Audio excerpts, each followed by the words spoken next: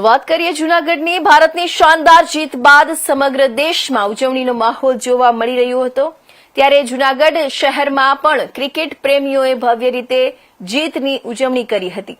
Match દરમિયાન મોટી સંખ્યામાં શહેરીજનો એકત્રિત થઈ લાઈવ મેચનો આનંદ માણતા જોવા મળ્યા હતા। ખાસ કરીને ન્યૂઝીલેન્ડની દરેક વિકેટ પડતા જ ઢોલ નગારા વાગી ઉઠતા અને લોકો ઉત્સાહથી ઝૂમી ઉઠતા હતા।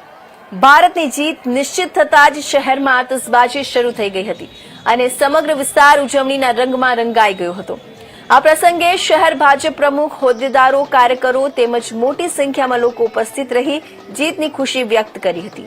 જૂનાગઢ શહેરમાં ભારતની જીત બાદ જાણે દિવાળી જેવો માહોલ સર્જાયો હતો અને લોકો મોડી રાત સુધી ઉજવણીમાં મગ્ન રહ્યા હતા।